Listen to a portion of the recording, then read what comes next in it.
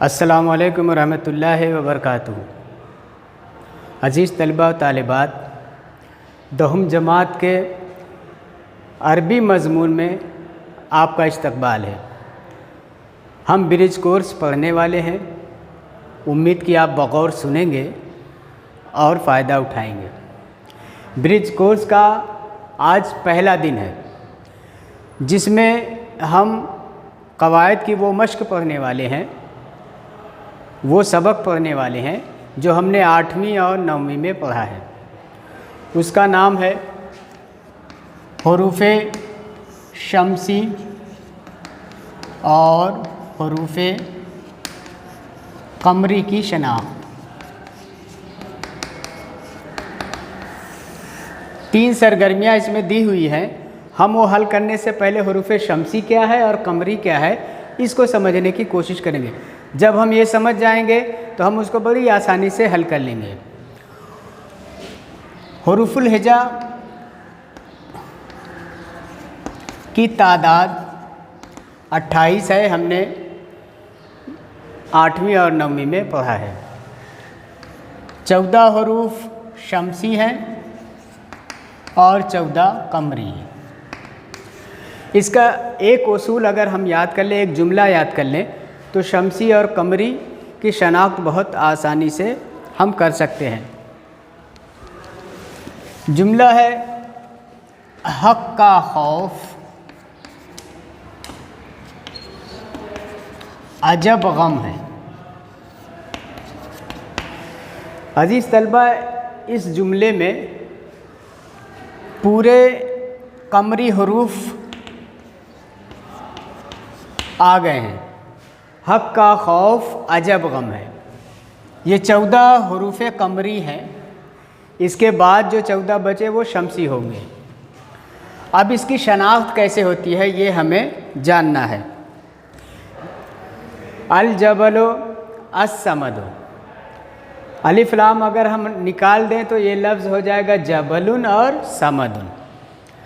हुरूफ़ शम्सी और हुरूफ़ क़मरी की शनाख्त करने के लिए ज़रूरी है कि किसी लफ्ज़ पे जब हम अलिफ लाम दाखिल करें, लाम तारीफ़, तो अगर लाम की आवाज़ आए तो उस लफ्ज़ का पहला हर्फ यानी जीम ये क़मरी होगा, और अगर लाम की आवाज़ ना आए तो इस लफ्ज़ का जो पहला हर्फ यानी स्वाद है ये शम्सी होगा।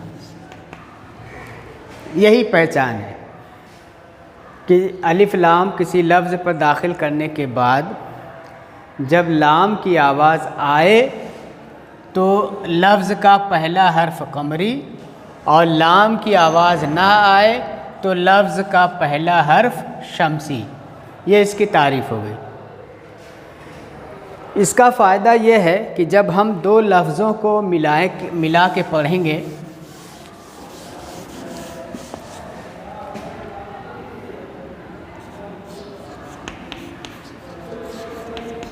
अब्दुस्सलाम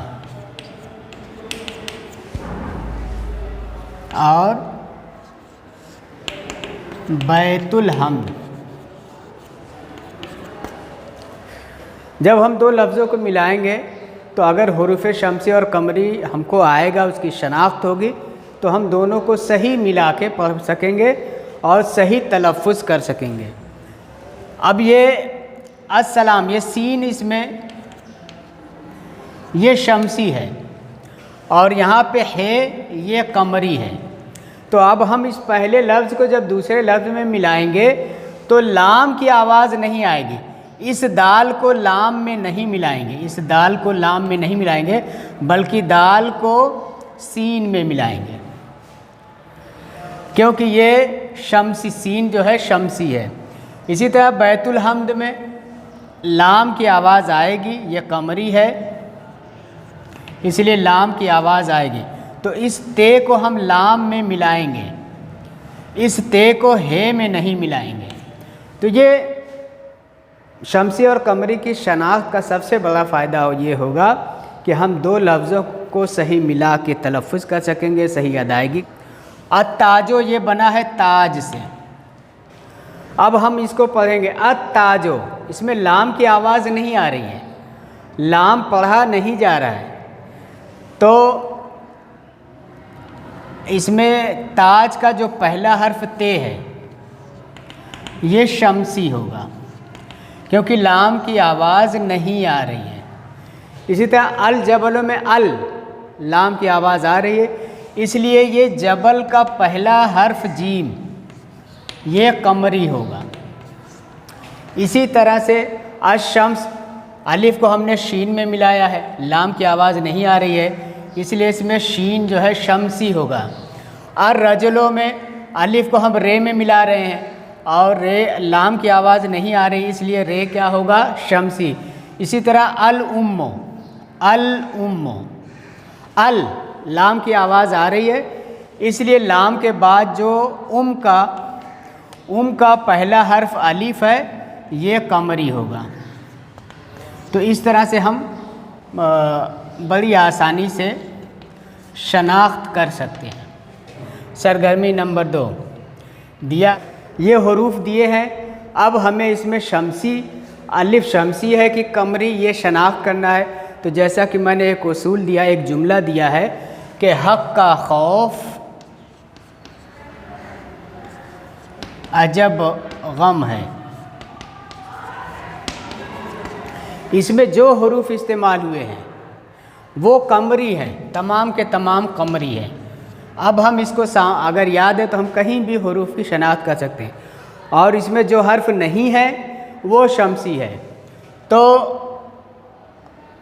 ये अलिफ ये कमरी है, इसमें बे भी आया है ये कमरी है, इसमें हे आया है ये कमरी है, इसमें सीन कहीं नहीं है तो ये शमसी है, इसमें ऐन आया है या कमरी है, इसी तरह इसमें शीन है यहाँ नहीं आया है इसलिए ये शमसी है, और इसमें हक़ काफ आया है ये कमरी है, लाम इसमें कहीं नहीं है इसलिए ये शमसी है, खे आया है खौफ ये कमरी है, इसमें नून कहीं नहीं है इसलिए ये शमसी है।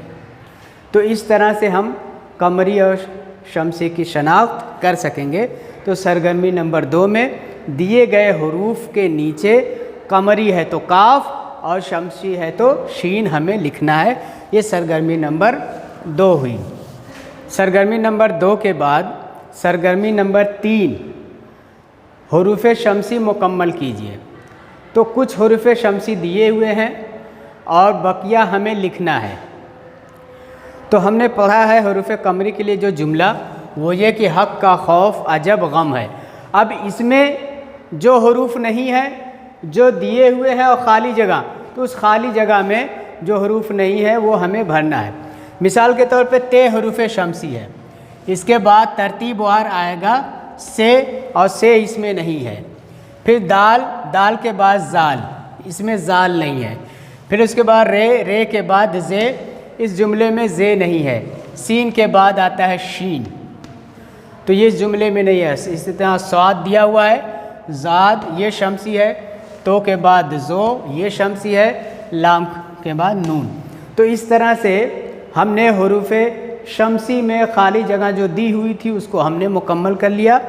अब हम इसको तरतीबा 1 2 3 4 5 6 7 8 9 10 11 12 13 14। तो ये हमारी सरगर्मी नंबर 3 मुकम्मल हुई। 14 हरूफ शमसी हैं और ये 14 हरूफ कमरी हैं। इसके बाद आखिरी जो उस्ताद की मदद से हमें हरूफ शम्स जो कुछ हमने पढ़ा है उसकी एक मश्क हम करेंगे। कुछ ऐसी मिसालें लिखेंगे जिससे हम हरूफ शमसी और हरूफ कमरी की शनाख्त कर सकें। मिसाल के तौर पे अस-समद, अल किताब, कुछ मिसालें हम लिखेंगे और उसमें हम तलाश करेंगे लफ्ज़ भी और इसी तरह जुमला भी। अद्दुआओ। अब हमने जो कुछ पढ़ा है उसको सामने रखकर हम इसमें से तलाश करेंगे।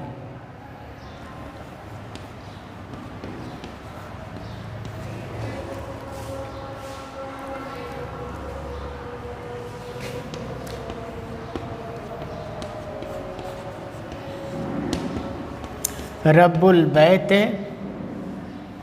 दारुस्सलाम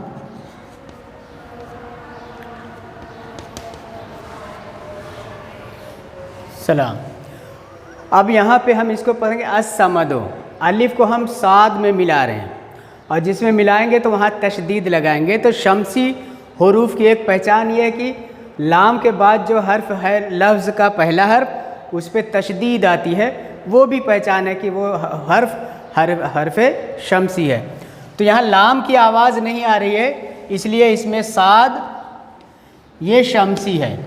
अल किताब में लाम की आवाज़ आ रही है, इसलिए ये काफ कमरी है। इसी तरह अद्दुआओं में लाम की आवाज़ नहीं आ रही, इसलिए ये दाल ये शमसी है। अल उम्मों में लाम की आवाज़ आ रही है, इसलिए ये अलिफ कमरी है। इसी तरह दारुस्सलाम है, रे को हमने सीन में मिलाया, सीन पे तशदीद है, लाम की आवाज़ नहीं आ रही है, इसलिए सलाम का जो पहला हर्फ सीन है वो शमसी है। इसी तरह रब्बुल बैत हमने बे को लाम में मिलाया, यहाँ लाम की आवाज़ आ रही है, इसलिए इस लफ्ज़ जो बैत है, बैत का जो पहला हर्फ बे है वो कमरी है। तो इस तरह से आज हमारा ये पहला दिन ब्रिज कोर्स का मुकम्मल होता है। मुझे उम्मीद है कि आपने इसको बगौर सुना होगा और इसको समझने की कोशिश करेंगे, इससे फ़ायदा उठाएंगे। शुक्रिया, अल्लाह हाफ़िज़।